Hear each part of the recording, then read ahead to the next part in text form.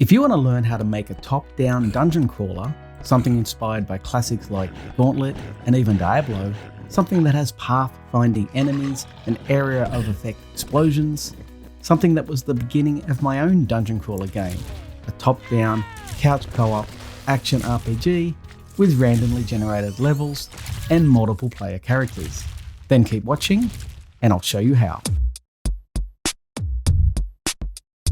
G'day gamers, and welcome back to our dual GML and drag and drop top-down dungeon tutorial. We've added a player and a bow, so now we can add enemies who chase the player when we get close enough, and we'll also add the ability to fire on the enemies to destroy them. So the first thing I'm going to do is just go over here and create a new group by right-clicking, selecting create group, and we'll just create an enemy group. Now I'm also going to right-click, go to create group, and create an entity group. An entity means a player or an enemy. So if I select both of those by holding down shift, we can drag them under there, and then we've got all our entities contained in this group. Now for our enemy, if you look in the resources folder in the description, I'm going to hold down control and select the sprites for the enemy, and I'm just going to drag that into the enemy group. So if you go to the idle sprite, I'm just going to change the origin, which is the X and Y position, and I'm going to set it to 16 and 24. Now that will move the origin position down to here, which will place it around the center of the enemy. Now we also want to change the collision mask, and this is where collisions will occur for this sprite. So I'm just going to change it to manual, and I'm going to drag it and just make it a little bit smaller. Now each sprite that we have over here can have its own collision mask, but I'm going to set it up so we'll only use this idle sprite mask so we don't have to resize all the others. But what we do need to do is just set the origin. And by having the origin the same, it just means when you jump to another sprite, the sprite position will remain the same. So let's close that down and let's go to each one of these and just set 1624. Now we're actually not going to use the sprites today, but it's good to set them up so we're ready for when we use them in the next tutorial.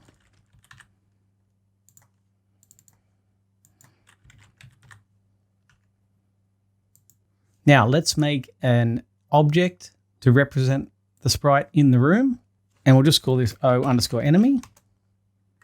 Now I want to drag the enemy idle sprite across and place it here.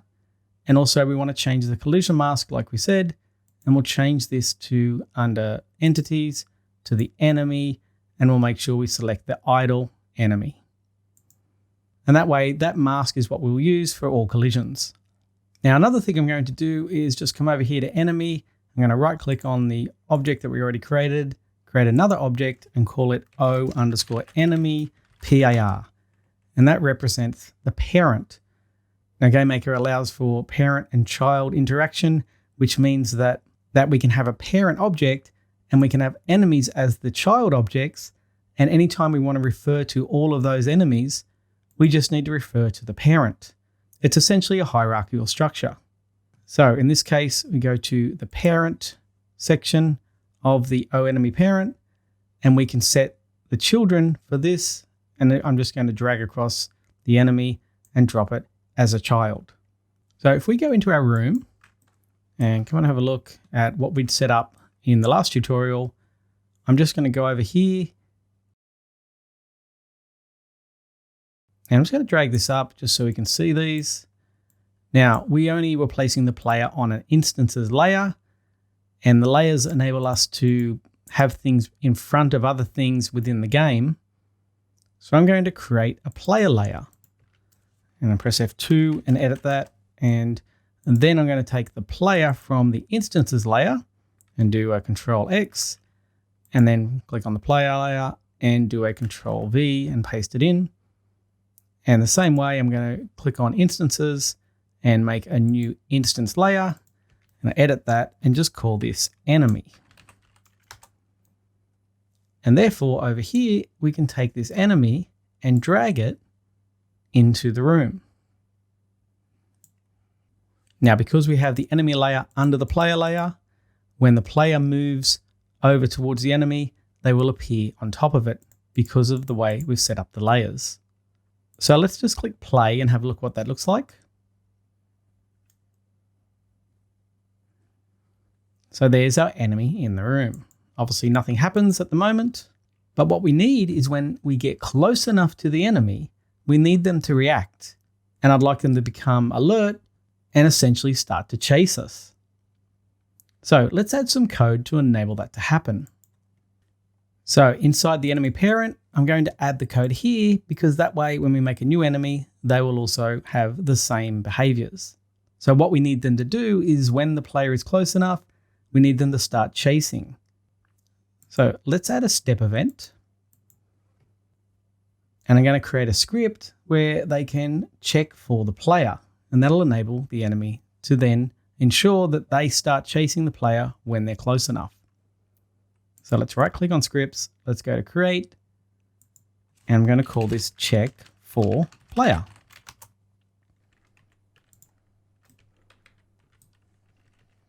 And just like we said, what we want this to be is we can check if the player is close enough to start chasing them. So the first thing we need to do is check how far the player is currently away from the enemy. So I'm going to add a function call, and I'm going to call a function called distance to object.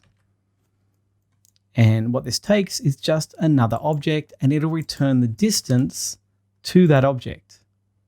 And what we need to pass is the object that we want to check. So we're just looking for oPlayer, and it'll return a value, and we're going to store that value in a variable that is a temporary, and it's called _dis.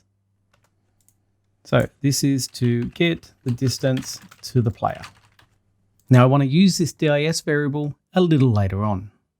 So let's go back to our oEnemy parent and let's add a create event. And let's drag across our assign variable code block. And let's create some variables here. The first one is called alert. And if I just go and add a description here, we'll say that our alert variable is for when we are chasing the player. I'll put a question mark because if alert is true, then we currently are chasing the player.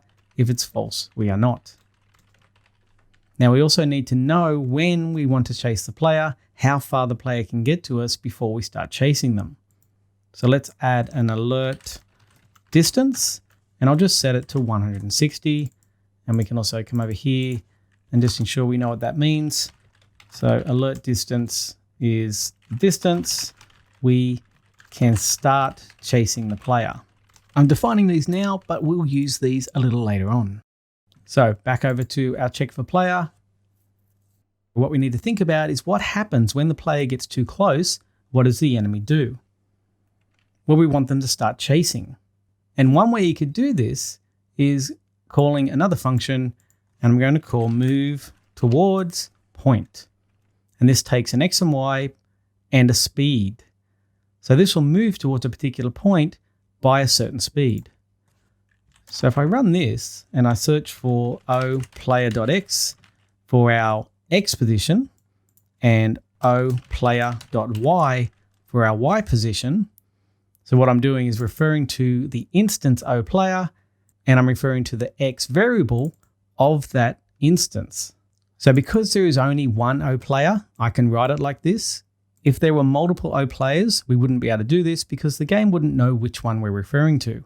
But because there is one player only, we can write the oPlayer.x, oPlayer.y, and therefore we're referring to the player's position.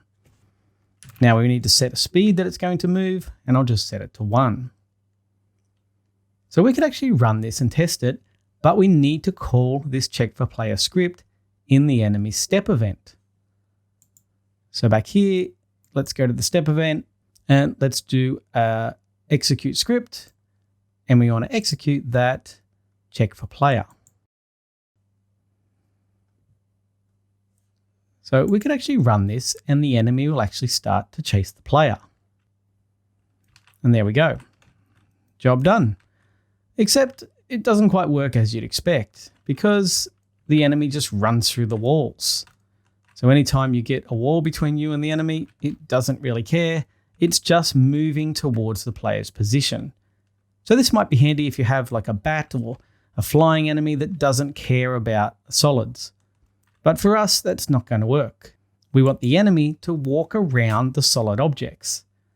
When there's a solid, they need to find a path to the player. They need to be able to identify solid walls and avoid them while moving towards the point. Well, Gamemaker offers motion planning functions for this.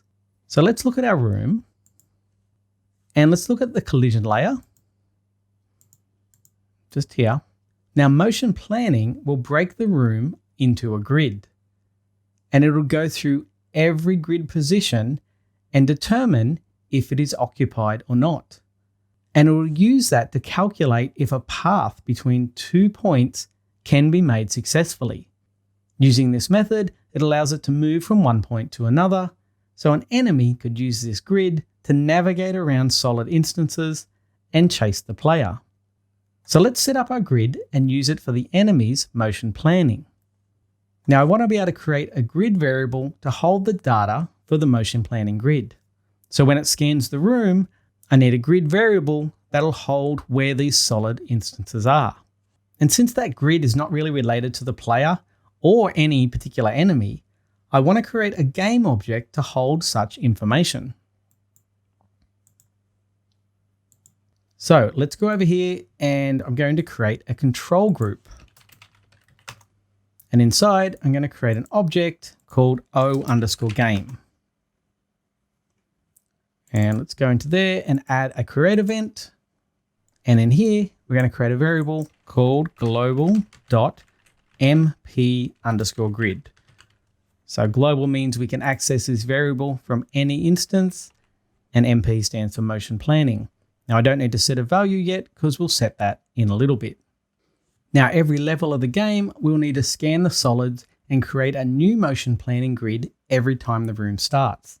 And Gamemaker gives us an event for this called the room start event. So let's add a room start event. And this will run at the start of every room. Now our motion planning grid can be any size, but I'm going to use 16 by 16 for now, as that's the size our solids are set to. So if you type in macro, you can actually set a macro. I'm just going to call it TS, which stands for tile size, and I'm going to set it to 16. And a macro is just like a shortcut, so whenever I write TS, it will replace it with the value 16. So it's kind of a way for words to represent numbers. It just makes it easier for us to understand. Now let's declare some variables that we're going to use. And if we look at our room, we need to know how many tiles we have for the width and how many tiles we have for the height. And one way to do that is to divide the whole room width by the size of the tile. And that'll tell us how many we have this way, and we can do the same this way. But in this room, we're going to have this little gap at the end. So what we want to do is if we end up with a fractional value from the division, we want to ensure we round up so it caters for any fractional values at the end. And we can round up by using ceil. So what I'm saying is that I'm going to store a temporary variable called _w, and this is going to be how many tiles wide our room is. So we say our room width divided by our tile size. But we're going to use the function ceil, and that will make sure that it is rounded up. And I want to do the same thing for the height, _h, and it's going to be our room height divided by TS, or tile size, and we want to take the ceiling of that. And now that we've got the width and the height, we can actually use a function called mp_grid_create. Now I'm doing a function call because there is no code block for this. So mp_grid_create, and here it is here, and it takes a left, a top, the number of cells horizontally, the number of cells vertically, and the width of both. So for us, we want to have 0 and 0 because we want to start it up the top left, Now our width is going to be _W, our height is _H, and our cell width and height is just TS. And we're going to store that in our target variable, which we called global.mp_grid. So this will create a motion planning grid with our dimensions, and we'll store the grid in this variable. So we can just write here a comment. We want to create our motion planning grid.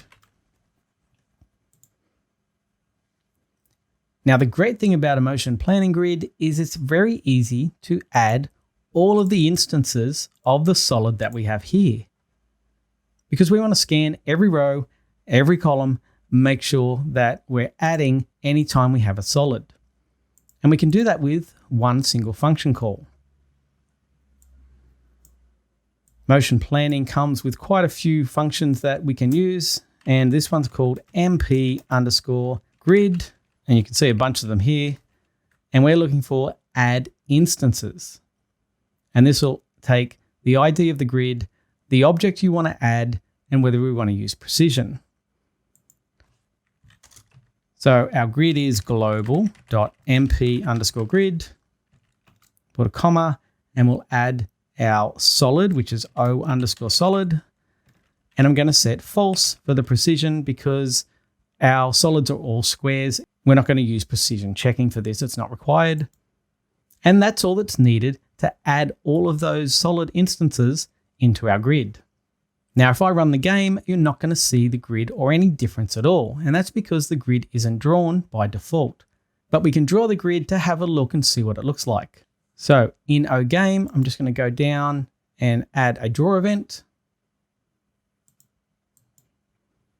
And in here, say if I want to hold down the Alt key, then I want to have a look at the grid. It just enables us to check it sometimes, and we don't have to have it on all the time.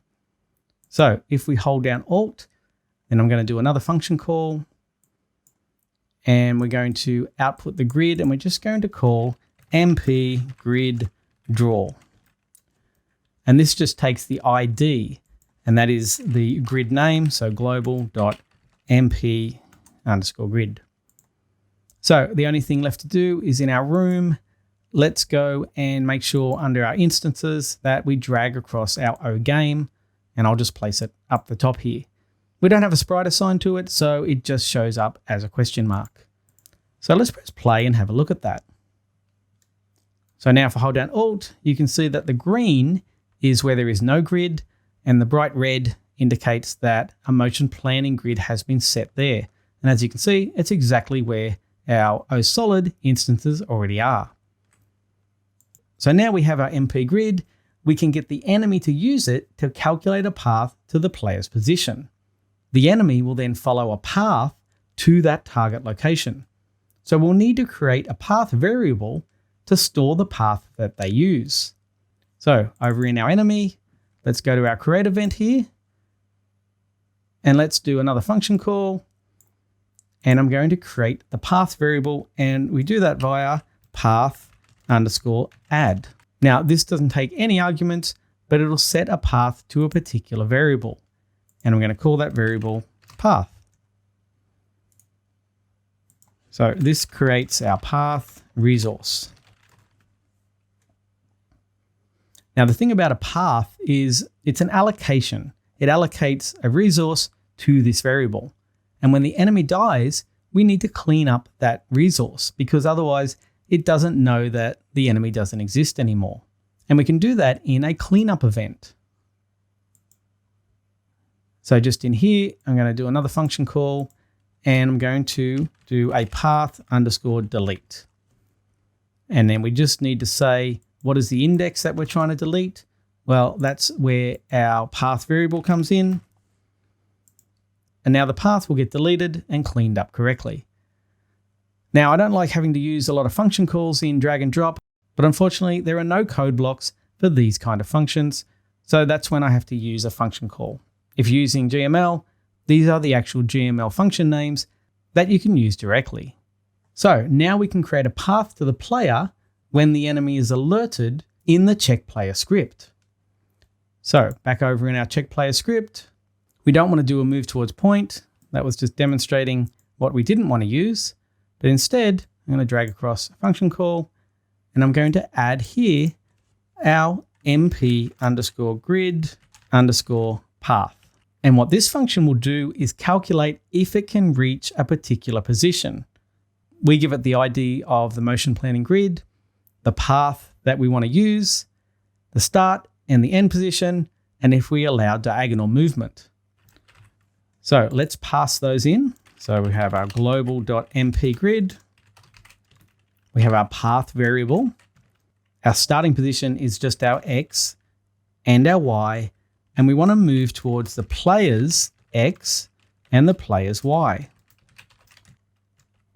And for the last thing, which is diagonal movement, that means essentially will the motion plan just use left and right, horizontal or vertical movement, or will we allow some diagonal movement as well?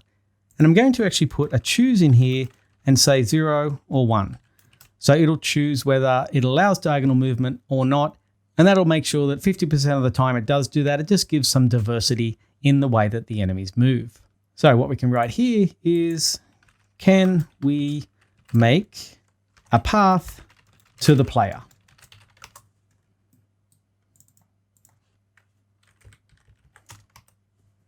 Now I ask that as a question. And the reason is that this function will return true or false. True if this path can be completed. So when that returns a true or false, I'm going to store it in a variable called foundPlayer, and we'll just make that a temporary. So was the player found? Can we get to the player? And if we can, we'll drag this down here and we'll say that if foundPlayer is equal to true, then if it is, we want to start the path.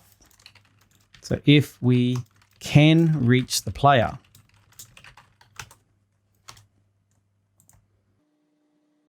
So how do we start the path? Well, there is finally a code block that we can use, and it's called start following path. And all we have to do is give it the path we want to follow. So we can just type in the word path there for the variable, and we'll start moving toward the player at a speed of 1. And this is what happens when we reach the end of the path. And absolute, we can leave it false. That's just referring to the type of path in the room. Now, to enable enemies to move at different speeds, I'm going to set a variable here called move speed instead of setting it to 1. And with our move speed variable, we can just go back to our enemy in the create event. And let's just add another variable called move speed. I will set it to 1, and it just means that if we have other enemies, they can have their own move speed variable and they'll travel at different speeds. So let's go back to our room and let's just go to our enemy layer, and I'm going to just add a bunch of enemies. If I select enemy over here and hold down Alt, I can drop more than one, and I'll drop a few around there. So let's press play and test this out. Now we can see that the enemies all move towards the player, and they also take a different path. They're not all following that same path towards them. Now you see though, when they eventually reach the player, they just go straight to the X and Y position and they just stand there. Now, one thing that's handy is it'll be nice to be able to see the path that they're taking. So what we can do is just go into our enemy parent. Let's add a draw event. And once we add a draw event, then the regular draw will no longer happen. So if you ever add a draw event, you have to go and draw the instance using draw self. Now I'm going to do the same thing we did before.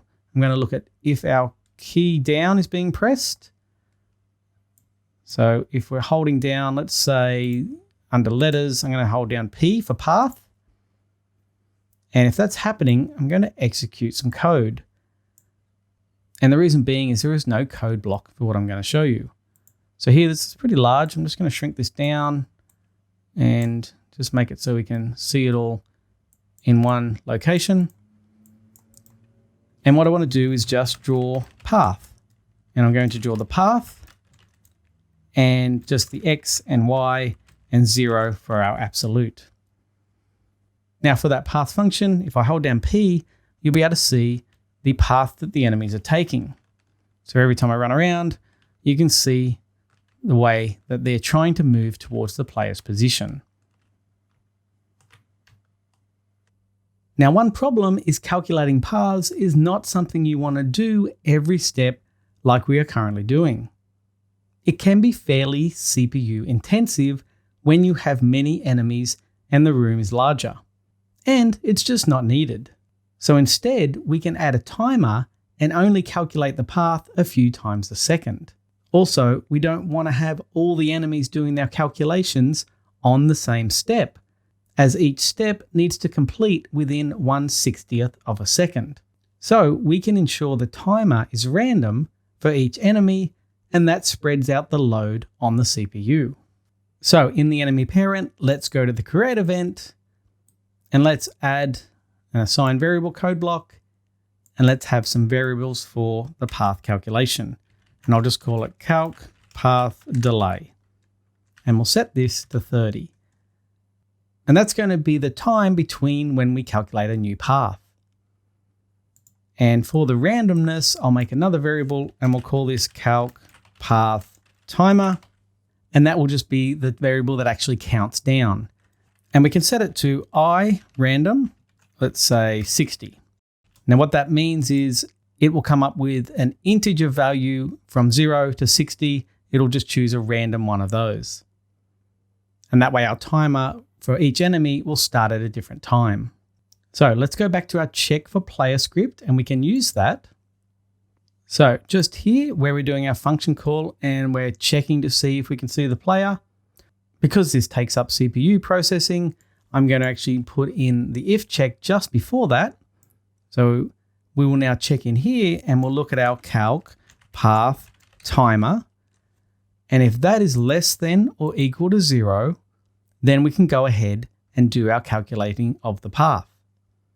So here we're checking, should we calc our path? Now we're checking our timer and we need to decrease our timer every time we check it. And we can do that very easily by just adding a minus minus to the end of the variable name. So now every time this variable is read, it'll actually decrease it by 1. And when it's less than or equal to 0, then what we want to do is set it. So calc path timer gets reset to our calc path delay. So basically we're setting it to 30 every time it's less than or equal to 0. Now, if this is true, what we want to do is take each of these, I'll hold down shift and click on them and just drag them under the calc path timer there. So they'll only run if our calc path timer is less than or equal to 0.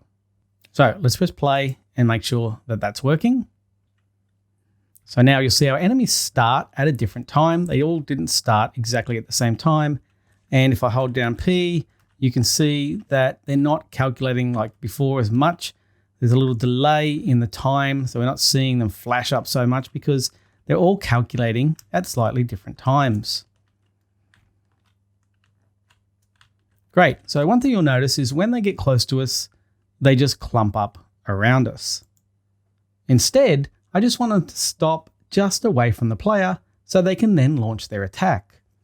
So let's set a variable, which is the distance they will stop from the player.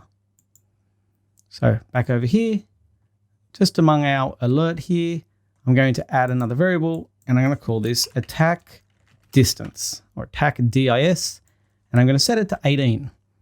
So when they are within 18 pixels, then we want them to stop. So over here, I'm going to add that this is our attack distance. And this is our distance we stop from the player. So now we can use this new variable in our check for player to ensure we stop our path movement once we are within that attack distance. So back over in our check for player. Now, after we've found out the distance, let's add a check in here. And I'm just going to grab the if variable. I'm going to drop it just above the current if variable that's there. Now you'll notice that all the code blocks that are underneath, don't get dragged and included in the if check. So instead, we actually need to select all these. I can hold down Shift and select all of those, and we'll just drag them and drop them there. So the first thing we're going to check for is we only want the enemy to move towards the player if we're within that alert distance that we set up. So if our distance is less than or equal to the alert distance, and I'm going to put that in brackets, or we are already alert, which means that we were within that distance beforehand. So if that equals true, then we want to go ahead and let them calculate a path to the player. Now, what we can also do is use this alert variable and make sure that we set it just here to be true. So once the enemy has been alerted, we can set it to true, and that will then enable this to be true. So once it's alerted, it'll always be able to calculate a path to the player, even if we end up outside of the alert distance. And that's what this check is doing. Now, with our new variable attack distance, we don't want to calculate a path if we are within that attack distance. So we can have another condition here and say, and that distance is greater than the attack distance. So we're now calculating a path if we're already alerted or we're within that alert distance. And this and ensures that we are only doing it if we are outside of the attack distance. So if this check fails, I'm going to add an else here, and I'm going to drag the else and just drop it underneath this if variable code block. And we're only down here if we are within the attack distance, or we're not even within the alert distance or not alerted yet. So down here, we can do another check, and we can say, is our distance less than or equal to the attack distance? And if that equals true, then what we want to do is stop. And we can do that with a function call called pathEnd. So essentially what we're doing is just stopping at that attack distance. So let's press play and test that out. Now, these enemies are chasing because they're within that alert distance, and these enemies are not. Now let's see if they stop, and there we go. They're all stopping at that attack range, so then they can actually attack the player. Now these haven't been made alerted yet because we're not within range, but if we get a bit closer, the range is detected, and then they start to come after us. And once they're coming after you, you can't get rid of them because they're always going to be alerted. And here we have all of them coming after us. And if we stop, they all should stop at that 18 pixel distance away from us. So what else can we do? Well, we need to ensure that the enemy faces the player when they are alert. If you notice, I go over here, they're not facing the direction that the player is standing in. They're always facing to the right. So that's something we can fix. We also want to ensure that they are not all playing their animation in sync with each other. And you can see that they're all moving at the same time. So we can do that by randomizing their image index in the create event. So you might try that yourself. I'll take a look at that at the next tutorial. And lastly, ensure their animation changes to the walking animation when moving. And then they go back to the idle animation when they're stopping.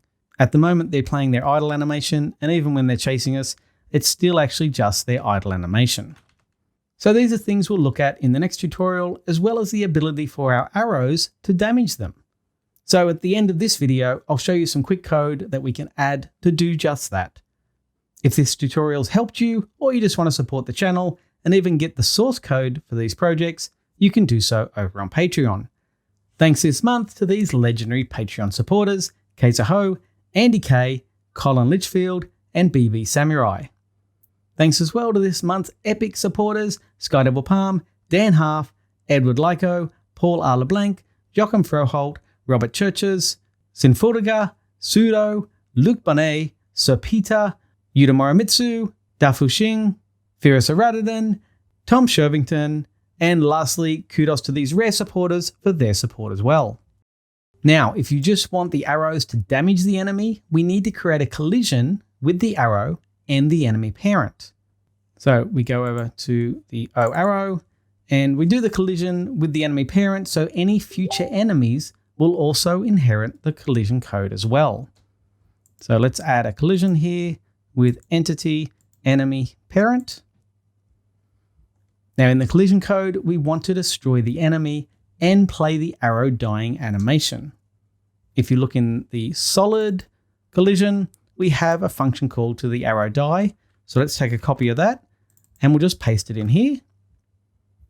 And that's the great thing about having a script that does this, because we can use it in multiple locations. Now we also just want to destroy the instance, and we want to destroy the other instance in this collision, which is the enemy parent. So if I do the little drop down here, I can select other, and that'll ensure that the enemy itself is getting destroyed. Now let's test that out. And now we can at least hit the enemies and they disappear when the arrow hits them. So we need to improve on this, which we can look at in the next tutorial. So thanks for joining me. I'll talk to you in the next one.